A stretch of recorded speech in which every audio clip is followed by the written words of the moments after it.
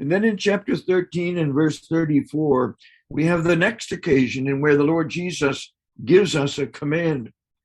And he has talked to the disciples, and he is still there with them. And he says to them in verse 34, a new commandment I give unto you, that you love one another as I have loved you, that you love one another. By this shall all men know that you are my disciples, if you have love one to another.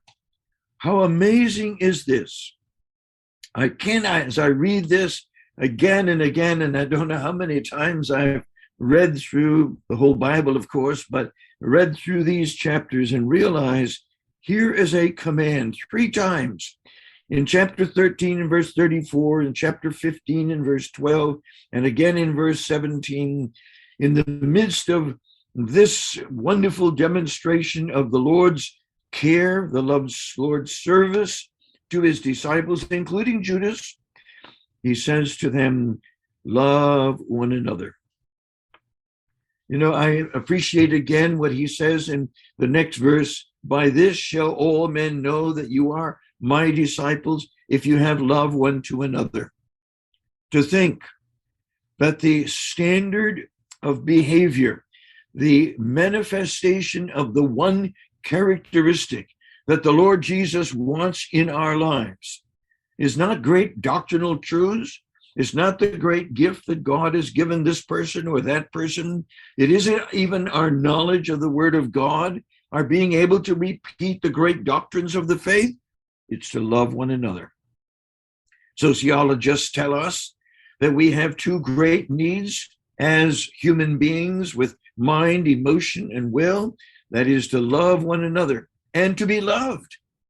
Somebody comes and visits your assembly, whether we understand that or not.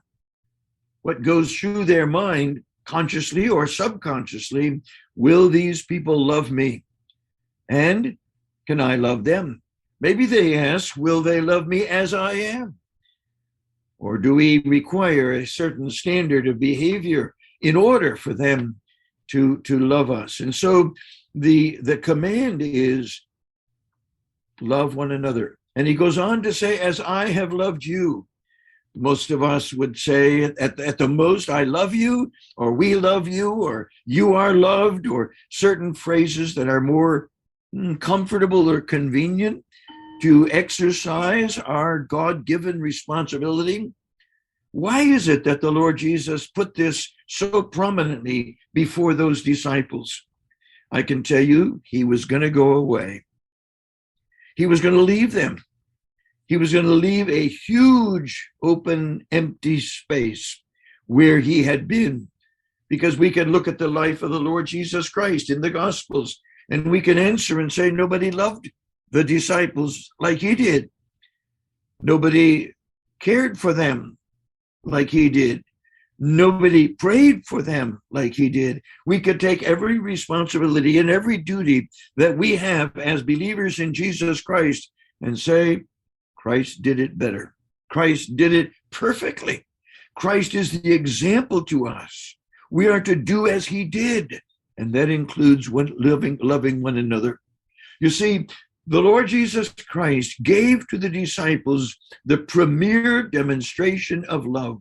In chapter 13, the first few verses, he reminds us in the text, or John does, having loved his own that were in the world, he loved them to the uttermost. You and I must say, nobody ever loved me like the Lord Jesus Christ. Nobody in all the world, no person ever, my mom and my dad, my brothers and sisters, my brothers and sisters in the assembly, nobody loves me like the Lord Jesus. Oh, how I love Jesus, we sing. Jesus loves me, this I know, for the Bible tells me so. But the Lord Jesus was leaving. He was going to be gone. And who was going to carry on this demonstration of love that he had so perfectly given to those disciples? The answer is these 11 disciples. He commissions them, he challenges them, he calls them, he conditions them. Take whatever words you'd like. And he brought those disciples to a place that just before he was going to the Garden of Gethsemane and give himself up to the Roman Empire and to the Jewish chief priests and scribes, he says to the disciples, you have a responsibility. That responsibility is to love one another. I think it's important for us to realize that this is the premier expression of the heart of God and of Christ that we can share with each other. We spend so much time learning the Bible, getting to know the Bible, formulating the scriptures, understanding the doctrines, making sure that we have all of our I's dotted and our T's crossed so that we present ourselves theologically correct, practically exemplary, and all of that. But the Lord says to us, it's love. Love one another.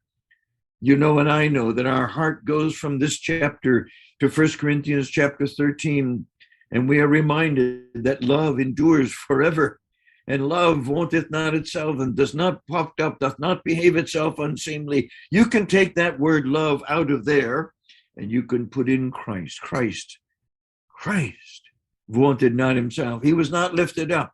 He did not exalt himself. He didn't think of that which was evil, but that which is good. You can take that chapter and you can take out the word charity in the King James Version and put in love. But you can also take out love and put in the name of Jesus Christ. How did he love us? To the uttermost. We are to love as he loved us. For God so loved the world. And whose love was that? It was the Father's love that the Son manifested to us.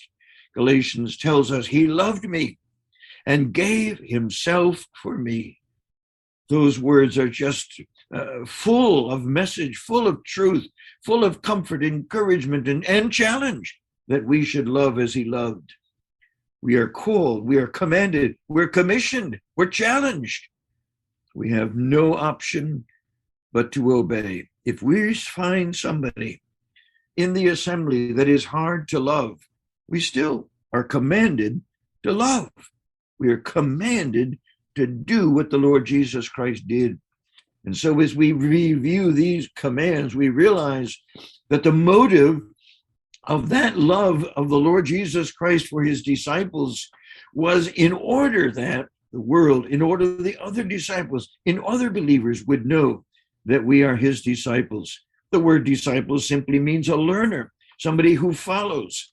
We are to be like the Lord Jesus Christ. We're to love as he loved. It is a huge challenge. We have no other option. But the Lord Jesus Christ comes and takes up his life in us, takes up his residence in my heart. And there are always those that are hard to love. It must have been hard to love Peter and James and John. Peter always saying things that he shouldn't have said. James and John wanting to call down fire on everybody who wasn't of the same mind or the same denomination or whatever. It must have been hard to love Matthew with his background.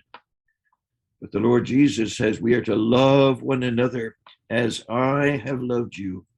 And so the motive is because the disciples need love. You need love. I need love. And we are commissioned to take the place of the Lord Jesus Christ, who's gone to glory, and he is dependent upon us, loving as he loved, so that people know that they are loved. So people know that the greatest characteristic that is manifested by those who claim to follow Jesus Christ is love, divine love, God's love, Christ's love. And as we do that, people will be drawn. And we're to love those who are in the world. Not to love the world, but the people in the world we are to love as God the Father loved the world and gave himself for us.